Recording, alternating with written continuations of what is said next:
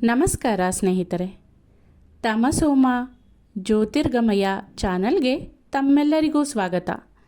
ಈ ದಿನ ನಾನು ಶ್ರೀ ಸಾಯಿ ಸಚ್ಚರಿತೆಯ 37ನೇ ಅಧ್ಯಾಯದ ಬಗ್ಗೆ ನಿಮಗೆ ತಿಳಿಸ್ಕೊಡ್ತೀನಿ.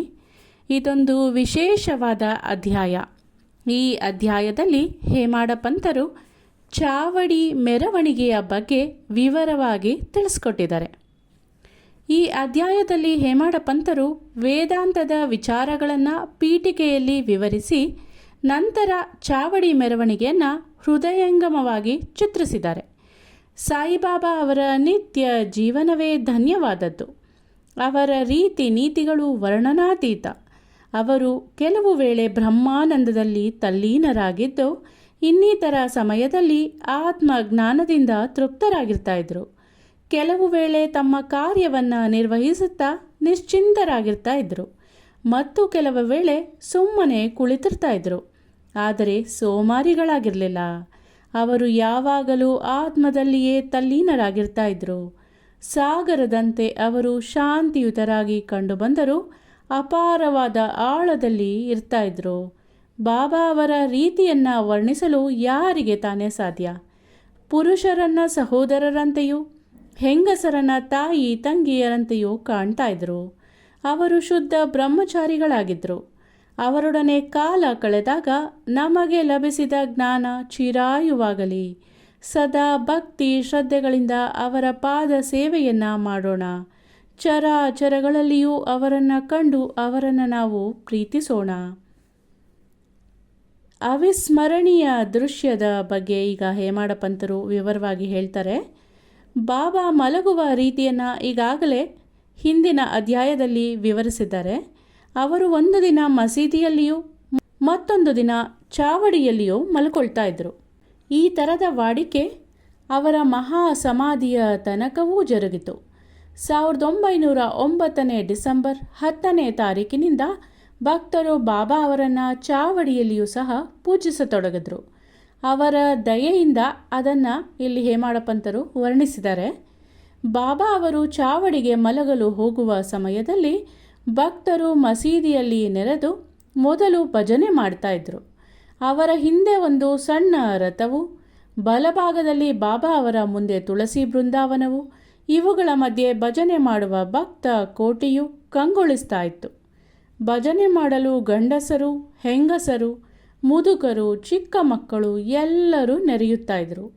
ಕೆಲವರು ತಾಳಗಳನ್ನು ಮತ್ತು ಕೆಲವರು ಚಿಪಳಿಗಳನ್ನು, ಇತರರು ಮೃದಂಗ, ಕಂಜೀರಿ ಮತ್ತು ಡೊಳ್ಳುಗಳನ್ನು ಬಾರಿಸಿ ಭಜನೆ ಮಾಡ್ತಾಯಿದ್ರು. ಆಯಸ್ಕಾಂತ ರೂಪಿಯಾದ ಬಾಬಾ ಅವರು ಭಕ್ತರೆಲ್ಲರನ್ನೂ ಆಕರ್ಷಿಸ್ತಾ ಇದ್ರು. ಅಂಗಳದಲ್ಲಿ ಕೆಲವರು ದೀಪಗಳನ್ನು ಹಚ್ಚುತ್ತಲೋ ಮತ್ತು ಕೆಲವರು ಪಲ್ಲಕ್ಕಿಯನ್ನು ಶೃಂಗರಿಸುತ್ತಲೋ, ಕೆಲವರು ದಂಡವನ್ನು ಹಿಡಿದುಕೊಂಡು ಬಾಬಾ ಅವರ ಜಯಘೋಷವನ್ನು ಮಾಡುತ್ತಲೂ ಇದ್ದರು. ಮಸೀದಿಯ ಮೂಲೆ ಮೂಲೆಗಳು ಸಹ ಶೃಂಗರಿಸಲ್ಪಟ್ಟು ಸುತ್ತಲೂ ದೀಪಗಳು ಕಂಗೊಳಿಸ್ತಾ ಇದ್ವು. ಬಾಬಾ ಅವರ ಪ್ರೀತಿಯ ಅಶ್ವವಾದ ಶ್ಯಾಮಕರ್ಣನೂ ಸಹ ಅಲಂಕರಿಸಲ್ಪಟ್ಟು ಹೊರಗಡೆ ನಿಂತಿರ್ತಾ ಇದ್ದ. ತಾತ್ಯ ಪಾಟೀಲರು ತಮ್ಮ ಸ್ನೇಹಿತರೊಂದಿಗೆ ಬಂದು ಬಾಬಾ ಅವರಿಗೆ ಸಿದ್ಧರಾಗಲು ಹೇಳ್ತಾ ಇದ್ರು. ತಾತ್ಯ ಅವರು ಬಂದು ಕೈ ಹಿಡಿದು ಎಬ್ಬಿಸಿ ಕರೆದುಕೊಂಡು ಹೋಗುವ ತನಕ ಬಾಬಾ ಅವರು ಸುಮ್ಮನೆ ಕುಳಿತಿರ್ತಾ ಇದ್ರು. ತಾತ್ಯ ಬಾಬಾ ಅವರನ್ನು ಮಾಮ ಅಂತಲೇ ಕರೀತಾ ಇದ್ರು. ಬಾಬಾ ಅವರು ತಮ್ಮ ಸಾಮಾನ್ಯ ಉಡುಪಾದ ಕಫನಿಯನ್ನು ಧರಿಸಿ ತಮ್ಮ ಸಟಕ ಕಂಕುಳದಲ್ಲಿ ಇರಿಸಿ ಚಿಲುಮೆ ತೆಗೆದುಕೊಂಡು ಹೊರಡೋದಕ್ಕೆ ಅನುವಾಗ್ತಾ ಇದ್ರು. ನಂತರ ತಾತ್ಯ ಜರದ ಶೆಲ್ಲೆಯನ್ನು ಹೊದಿಸಿದ ನಂತರ ಬಾಬಾ ಮಸೀದಿಯ ಗೋಡೆಯ ಹತ್ತಿರವಿದ್ದ ಕಟ್ಟೆಗೆಯನ್ನು ತಮ್ಮ ಬಲಗಾಲಿನ ಬೆರಳಿನಿಂದ ತಳ್ಳಿ ದೀಪಾರಿಸಿ ಚಾವಡಿಗೆ ಹೊರಡ್ತಾ ಇದ್ರು.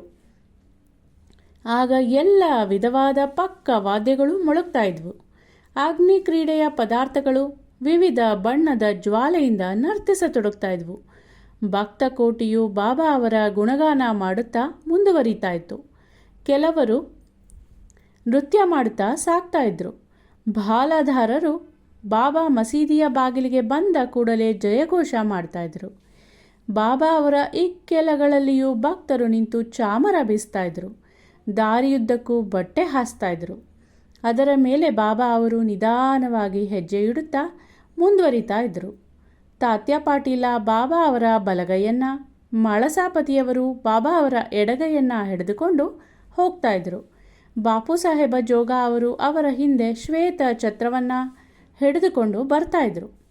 ಈ ರೀತಿ ವೈಭವಯುತರಾಗಿ ಬಾಬಾ ಚಾವಡಿಗೆ ಸಾಗ್ತಾ ಇದ್ರು. ಶೃಂಗರಿಸಲ್ಪಟ್ಟ ಶ್ಯಾಮಕರ್ಣನು ಬಾಬಾ ಅವರಿಗೆ ದಾರಿಯನ್ನು ತೋರಿಸ್ತಾ ಮುಂದೆ ಸಾಗ್ತಾ ಇದ್ದ. ಬಾಬಾ ಅವರ ಹಿಂದೆ ಗಾಯಕರು ಮೊದಲಾದವರು ಹಿಂಬಾಲಿಸ್ತಾ ಇದ್ರು.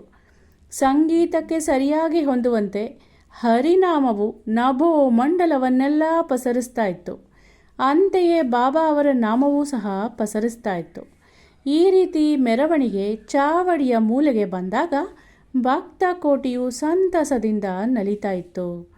ಆಗ ಬಾಬಾ ಅವರು ಚಾವಡಿ ಎದುರಿನಲ್ಲಿ ನಿಂತು ಅಪೂರ್ವವಾದ ಕಾಂತಿಯಿಂದ ಕಂಗೊಳಿಸ್ತಾ ಇದ್ರು.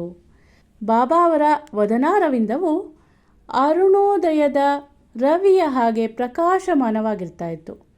ಅವರು ನಿಶ್ಚಲ ಚಿತ್ತರಾಗಿ ಉತ್ತರಾಭಿಮುಖವಾಗಿ ಚಾವಡಿಯ ಎದುರಿಗೆ ಯಾರನ್ನೋ ಕರೆಯುತ್ತಿರುವಂತೆ ನಿಂತಿರ್ತಾ ಇದ್ರು. ವಾದ್ಯ ಘೋಷಗಳು ನಡೆದಾಗ ಬಾಬಾ ಅವರು ಆಗಾಗ್ಗೆ ತಾಳ ಹಾಕ್ತಾ ಇದ್ರು.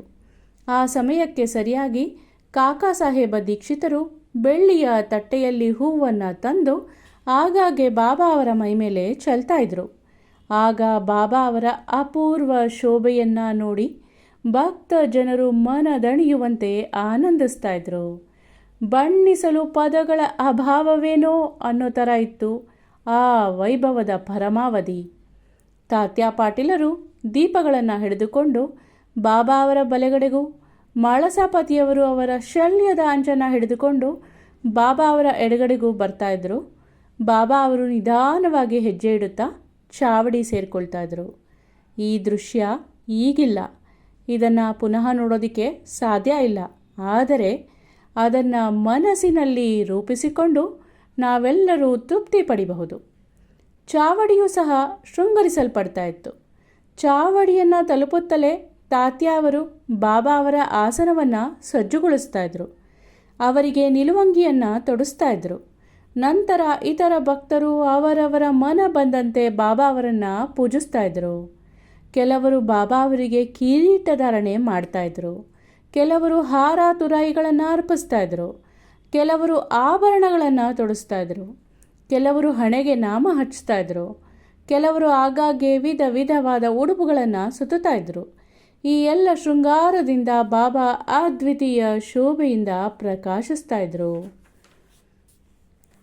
ನಾನಾ ಸಾಹೇಬ ನಿಮೋಣಕರ ಅವರು ಶ್ವೇತ ಛತ್ರಿಯನ್ನು ಅವರ ತಲೆಯ ಮೇಲೆ ಹಿಡಿದು ತಿರುಗಿಸ್ತಾ ಇದ್ರು. ಬಾಪು ಸಾಹೇಬ ಜೋಗರವರು ಅವರ ಪೂಜೆ ಮಾಡಿ ಅವರ ಹಣೆ ಮತ್ತು ಕೈಗಳಿಗೆ ಚಂದನವನ್ನು ಲೇಪಿಸಿ ತಾಂಬೂಲವನ್ನು ಸವಿಯಲು ಕೊಡ್ತಾ ಇದ್ರು. ಆಗ ಬಾಬಾ ಆಸನದಲ್ಲಿ ಅಲುಗಾಡದೆ ಕುಳಿತಿರ್ತಾ ಇದ್ರು. ಇತರರು ಅವರ ಪಾದದ ಬಳಿ ಕುಳಿತು ಸೇವೆ ಮಾಡ್ತಾ ಇದ್ರು. ಕೆಲವರು ಚಾಮರ ಬೀಸ್ತಾ ಇದ್ರು. ಶ್ಯಾಮ ಅವರು ಹುಕ್ಕಾಣಿ ಮಾಡಿ ತಾತ್ಯ ಅವರಿಗೆ ಕೊಡ್ತಾ ಇದ್ರು. ಅವರು ಅದನ್ನು ಒಂದು ಸಲ ಎಳೆದು ನಂತರ ಬಾಬಾ ಅವರಿಗೆ ಕೊಡ್ತಾ ಇದ್ರು. ನಿಜಕ್ಕೂ ಆ ಚಿಲುಮೆ ಧನ್ಯವಾದದ್ದು. ಏಕೆಂದರೆ ಮೊದಲು ಅದು ಕುಂಬಾರನ ಕೈಯಲ್ಲಿ ಸಿಕ್ಕು ಬೆಂಕಿಯಲ್ಲಿ ಸುಟ್ಟ ನಂತರ ಅದು ತನ್ನ ಪುಣ್ಯ ಫಲ ಎಂದು ಬಾಬಾ ಅವರ ಕೈಯಲ್ಲಿ ಸೇರ್ತಾ ಇತ್ತು. ಈ ಸಮಾರಂಭದ ನಂತರ ಭಕ್ತರು ಹಾರ ತುರಾಯಿಗಳನ್ನು ಅರ್ಪಿಸ್ತಾ ಇದ್ರು. ಷಡ್ಗುಣ ಪರಿಪೂರ್ಣರು, ವೀತರಾಗರು, ಮೋಹದಿಂದ ಮುಕ್ತರೂ ಆದ ಬಾಬಾ ಅವರಿಗೆ ಇವುಗಳಲ್ಲಿ ಆಸಕ್ತಿ ಇರಲಿಲ್ಲ. ಆದರೆ ಭಕ್ತರ ಪ್ರೀತಿಗೋಸ್ಕರ ಅವರವರ ಮನ ಬಂದಂತೆ ತಮ್ಮನ್ನು ಪೂಜಿಸೋದಕ್ಕೆ ಬಾಬಾ ಅನುಮತಿ ನೀಡ್ತಾ ಇದ್ರು. ಕೊನೆಯದಾಗಿ ಬಾಪು ಸಾಹೇಬ ಜೋಗ ಅವರು ಆರತಿ ಬೆಳಗ್ತಾ ಇದ್ರು. ವಾದ್ಯಗಳು ಮೊಳಗಿ ಆರತಿಯ ನಂತರ ಭಕ್ತರು ಬಾಬಾ ಅವರ ಆಶೀರ್ವಾದ ಪಡೆದು ಹಿಂತಿರುಗಿ ಹುಕ್ಕ ಮುಂತಾದವುಗಳನ್ನು ಕೊಟ್ಟು ತಾತ್ಯ ಹೊರಡೋದಕ್ಕೆ ಸಿದ್ಧರಾಗ್ತಾ ಇದ್ರು. ಆಗ ಬಾಬಾ ಅವರನ್ನು ಕರೆದು, ನನ್ನನ್ನು ಕಾಪಾಡು, ಮನೆಗೆ ಹೋಗು, ಆದರೆ ರಾತ್ರಿ ಆಗಾಗ್ಗೆ ಬಂದು ವಿಚಾರಿಸು ಅಂತ ಹೇಳ್ತಾ ಇದ್ರು. ತಾತ್ಯ ಅವರು ಅನುಮತಿಸಿ ನಂತರ ಮನೆಗೆ ಹೊರಡ್ತಾ ಇದ್ರು. ಅನಂತರ ಬಾಬಾ ಅವರು 50-60 ದುಪ್ಪಟ್ಟಿಗಳನ್ನು ಒಂದರ ಮೇಲೊಂದು ಹಾಕಿ ಮೆತ್ತಗಿರುವ ಹಾಸಿಗೆಯನ್ನು ತಾವೇ ಸ್ವತಃ ಸಿದ್ಧಪಡಿಸಿಕೊಂಡು ನಂತರ ಅದರ ಮೇಲೆ ವಿಶ್ರಮಿಸ್ತಾ ಇದ್ರು. ಶ್ರೀ ಸಾಯಿಬಾಬಾ ಅವರನ್ನು ಮತ್ತು ಚಾವಡಿ ಮೆರವಣಿಗೆಯನ್ನು ಪ್ರತಿದಿನವೂ ರಾತ್ರಿ ಮಲಗಿಕೊಳ್ಳೋ ಮುಂಚೆ ಸ್ಮರಿಸಿಕೊಂಡು ಸುಖ ಪಡಿರಿ ಅಂತ ವಾಚಕರಲ್ಲಿ ವಿನಂತಿಸಿ ಹೇಮಾಡ ಪಂತರು ಈ ಅಧ್ಯಾಯವನ್ನು ಮುಗಿಸಿ ವಿಶ್ರಮಿಸ್ತಾರೆ. ಇಲ್ಲಿಗೆ ಈ ಅಧ್ಯಾಯ ಮುಕ್ತಾಯವಾಯಿತು. ಮುಂದಿನ ಅಧ್ಯಾಯದಲ್ಲಿ ಮತ್ತೆ ಭೇಟಿ ಮಾಡೋಣ. ಶ್ರೀ ಸಾಯಿ ಪ್ರಣಾಮ. ಧನ್ಯವಾದಗಳು.